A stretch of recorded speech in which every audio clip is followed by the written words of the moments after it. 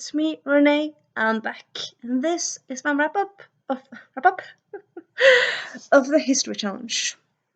So, if you saw my TBR, it was um, teeny bit ambitious, just a little bit. And surprise, surprise, I didn't get to all of it. I did end up reading like around, I think it ended up being around like 15 books. So I suppose in that way, not too shabby. I didn't read the books that I planned to, so but like, I mean, it's my TBR. It's not for school or anything, so like, I shouldn't really feel ashamed because I read what I read, and yeah, I'll just get to that later. But yeah, so yeah, of course, I'm gonna talk about which books I did read.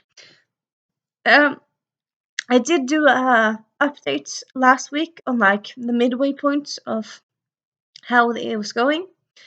So some of, and I want to talk about those books again. So some of these books will be repeats if you've seen that video. So sorry, but yeah. So this kind of like in case you haven't seen that video, and I don't know, I feel like wrapping up all the books. So yeah, let me just find my phone so I can find find the books I read. So I read, as I said, a few biographies. I read like so I read a few biographies like small ones like they're written for kids, Little People Big Dreams, that series.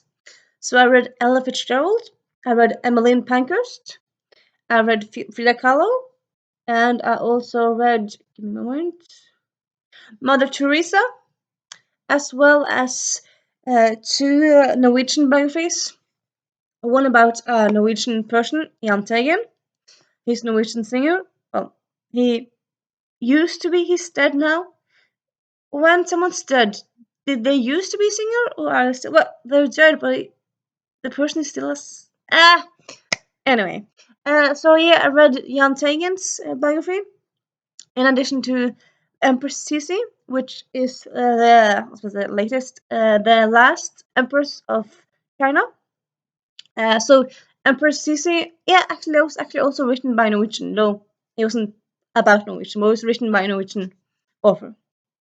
So yeah, all those were interesting and good.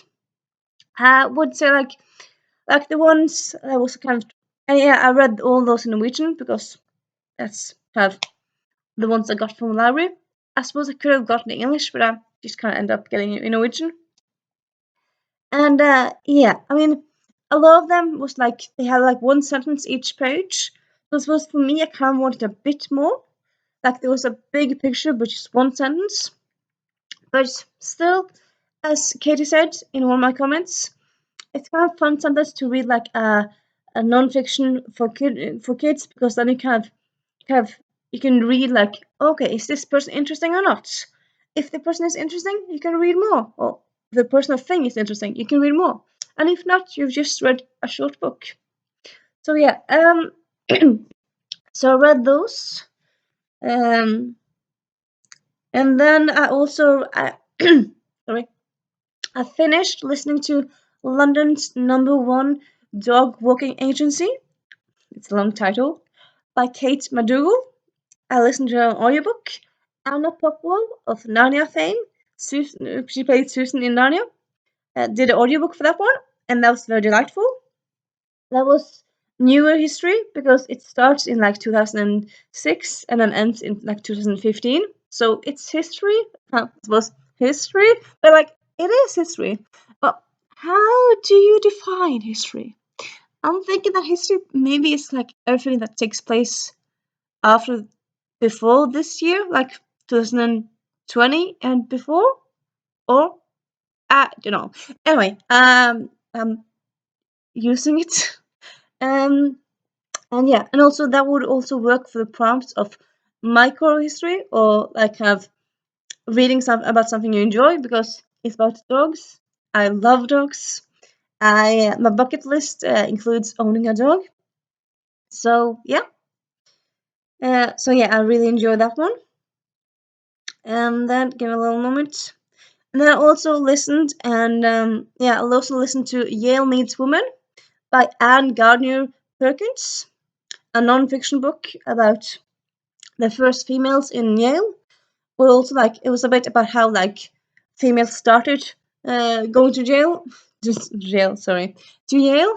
Like how Yale, the institution, decided to let females apply, and also about the first 4 years. Yeah, the first 4 years of like how in the beginning, how it was in the beginning. And yeah, it was fascinating to read, really, very fascinating. It's shouldn't be baffled, but I'm still baffled. It still baffles me how much people undervalue women, and how much they think that females can't do anything that males can, and it's just yeah uh, baffles me. But it's still a very good listen, so I would recommend you check it out. Or if you don't want to do it on audiobook, find it on in physical form. That's up to you. And yeah, blah blah blah blah blah. Yeah, that was. I was about to say something. Something. That was. What was I about to say? No, of course, it's just completely out of my mind. Yeah, that was what I was about to say. It came out 2019, so it's a pretty recent book. So, yeah, definitely you should check it out if you're interested. And then I also finished. Yeah, most of these books were the biographies were books that were bought from libraries, so I get them back. And then two of these were audiobooks, so I have it on my cell phone, but not physical. But then I also, give me a moment. I also started and finished When They Call You a Terrorist by Patrice Khan-Coulers and Asha Andela, a Black Lives memoir. So Patrice Khan-Coulers, the woman on the page, in the picture, she's one of the founders of Black Lives Matter organization in the US. And so this is a memoir about her life. It's focused mainly on the Black Lives Matter aspects of her life, but it kind of also like includes other stuff. But you kind of need to know other stuff because, well, there is stuff that's important to that part. But yeah, it's not big at all, but it's still very impactful, very important, and yeah, very good book. I would highly recommend it. Highly recommend it. And yeah, seems like a lot of people have read like lots of anti-racist and like books about that stuff lately, but I don't really see some people talk about this one. And then kind of seems like obvious. It's a book around Black Lives organization, Black Lives Matter activists, and yet people will read all the other books. I mean, and it's not a long book, so people get you to read this book. Come on, read it. It's very, very important to read, I would say. Very important. It opened my mind to a lot of things in the States and as well as in the world. And yeah, it's a very important, good read. Also accessible because it's not so long, so you can read it pretty quickly, I would think. I suppose people read different times, but yeah. So yeah, that one I finished. And now soon, well, not soon. Yeah, I'm just gonna move on, and then soon you'll finish. Soon you'll realize something interesting. But yeah, then I also read a little book of Oscar Wilde. So this is basically just Oscar Wilde quotes. I read it during 2 days on my commute to work. I commute 50 minutes to work, and yeah, I very much enjoy Oscar Wilde, and a lot of people actually kind of more think of him more as like the guy who said those funny things than like the author. So yeah, he's one of those people that are just as famous for what is said as what is done. And yeah, he says a lot of good stuff. And yeah, it was a fun little read, really, to read on the commute. Don't really have that much to say about it. It's divided into chapters on like wit, society, love, relation, wisdom, and yeah, I recommend it if you want a quick read.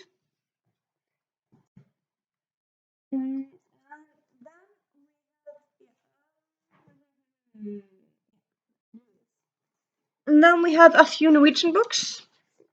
So here we have Verdens viktigste sitater. So it's a Norwegian book, but it's called The World's Funniest Quotes, which kind of sets you up like high expectations. So high expectations.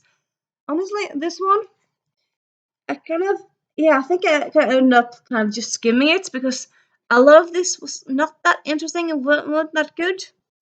I suppose it was published in 1999, so you have a lot of new quotes that aren't in there because they're newer. But still, yeah, this one was fine. So yeah, but then I got Lost in Translation by Charlie Croker. So he's collected lots of quirky or wrong uses of English from around the world, but also not just from like people places where they don't use English, but also like places in like United States and UK. So not even them know English fluently.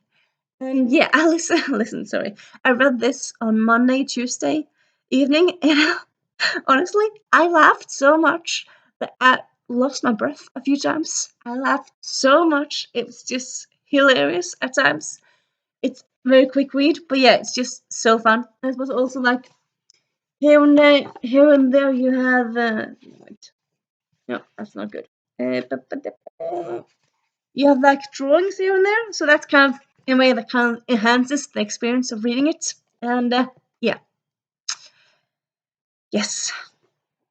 And then we have Verdens morsomste vits by Øystein Bakke. Well, it's it says like by, well, sorry, it says translated by, but like it's his name, but it's originally by the British Association for Advancement of Science, or a Laugh Factory. So it's actually a thing in UK where they have like this scientific people who kind of do research on humor and laughter and stuff like that, and it's very interesting. So they published this book back in 1999 about like, okay, let's try to find the world's funniest joke. So they kind of had uh, this big, this big, oh, words. They did this big research. No, well, research as well. Oh, words. They did this big. Oh, it's just I have it at tip of my tongue. But yeah, anyway, so they got people to they made a webpage, got people to send in jokes from all over the world. So they did like they kind of analyzed all of them and kind of thought, okay, so these people in Denmark think this is funny, and these people in Scotland thinks this is funny, and etc. etc. etc. And yeah, I suppose it's weird because yeah, of course, kind of became a book about humor and jokes in general. And you kind of would think the book would be bigger because humor and jokes is kind of a big theme, really. But it's based around finding the funniest joke in the world, so it's mostly like actually in a way it's mostly a collection of jokes. But like also here and there you have like you have small anecdotes. They interview people who send in jokes, and they talk about how females think this is funny because X, Y, and Z, and men thinks this is funny because X, Y, and Z, and yeah. And yeah, this was a delightful read. Very delightful. Not long, but delightful. Then also, yeah, give me one moment. This one, other Norwegian book, as you can see. And this is Norwegian book. It's not translated. It's written in Norway, published in Norway, and it's quotes about Norway. So it's also another quote book. This one I would say like was a bit more interesting. Yeah, it's not long at all, and yeah, I got through it read it in like 2 hours. And yes, you see, a lot of the books I read are shorter ones because kind of wasn't in very big of a reading mood lately, so the shorter ones were kind of what I needed to read. Well, needed, But yeah, I wanted to read something, so I went for shorter ones.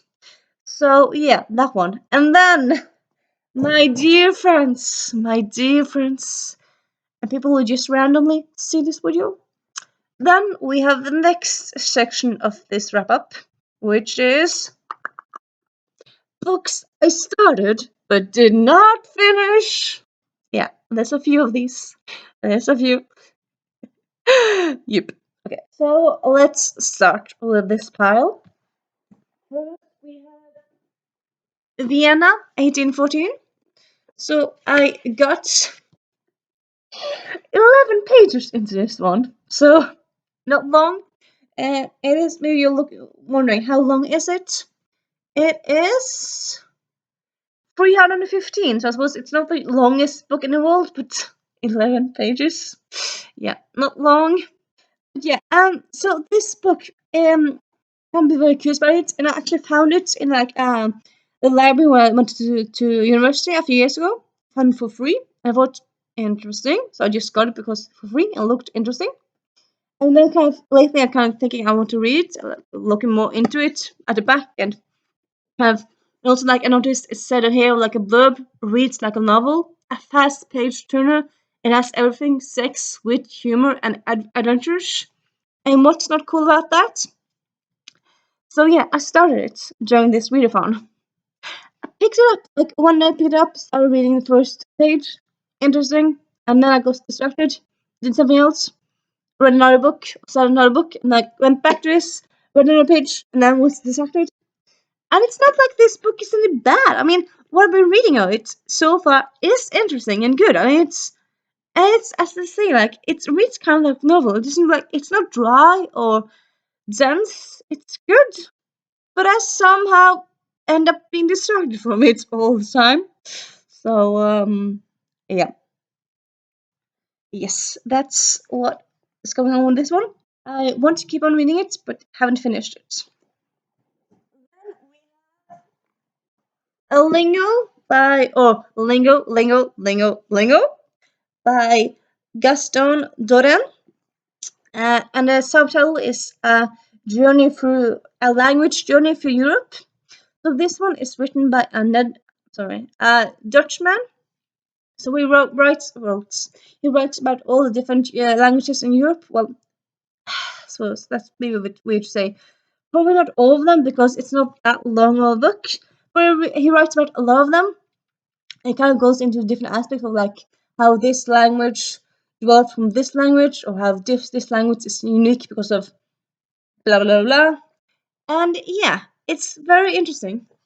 And also kind of like each section is quite small.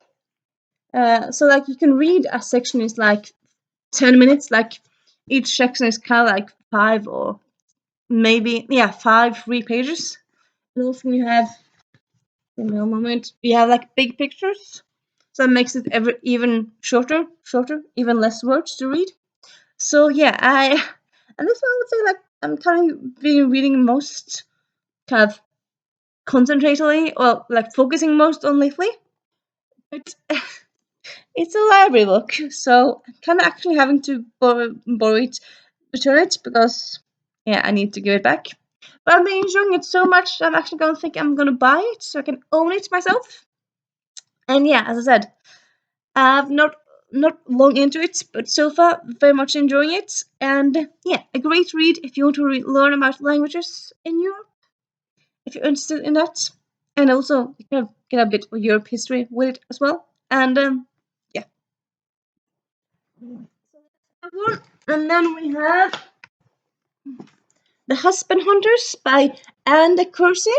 This one I'll say like maybe I've gotten a little farthest in, but I haven't finished. About halfway-ish. I've gotten to page 117, and it is. Let me check. It is 270 pages. So I suppose maybe I've gotten like a quarter of it. I don't know. It feels like I've gone quite long. But yeah. And this one I'm enjoying very much.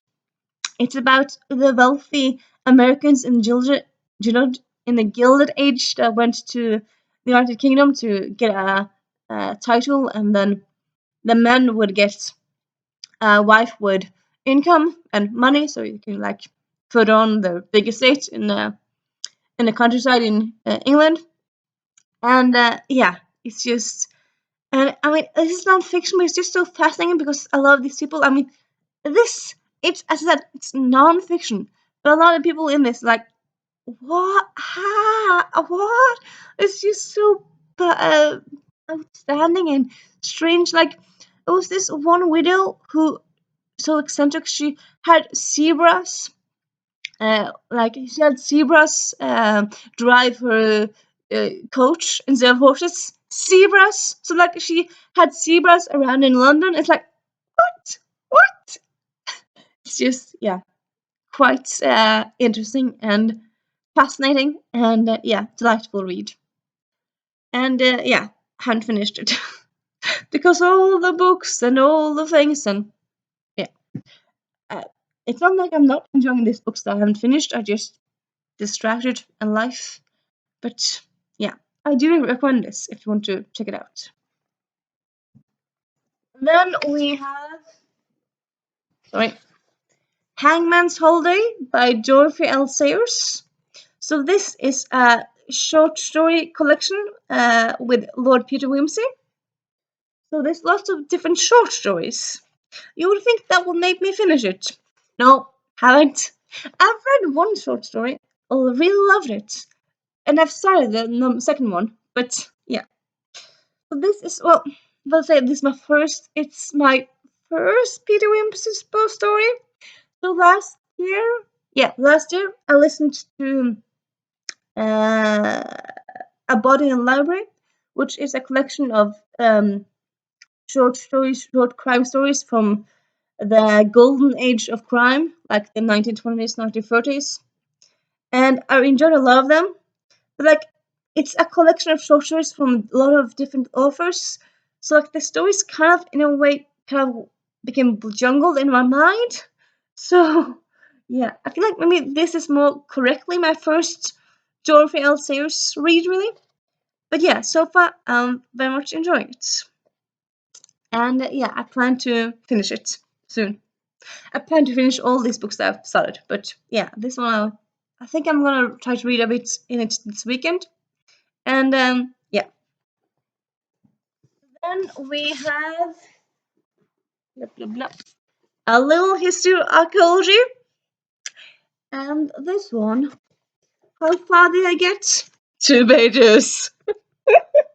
I got so far that I can't realize. Oh, this is very interesting.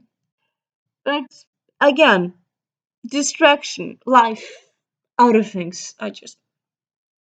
Yeah, I just did other stuff instead. And then also, yeah, I forgot. Okay, it's over there.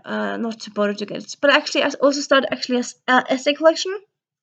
One I got recently. The 2000s Made Me Gay. I read the introduction in that one, and I just started on Tuesday. Yeah, Tuesday. So yeah, but I just started that one, so I haven't finished that either. But yeah.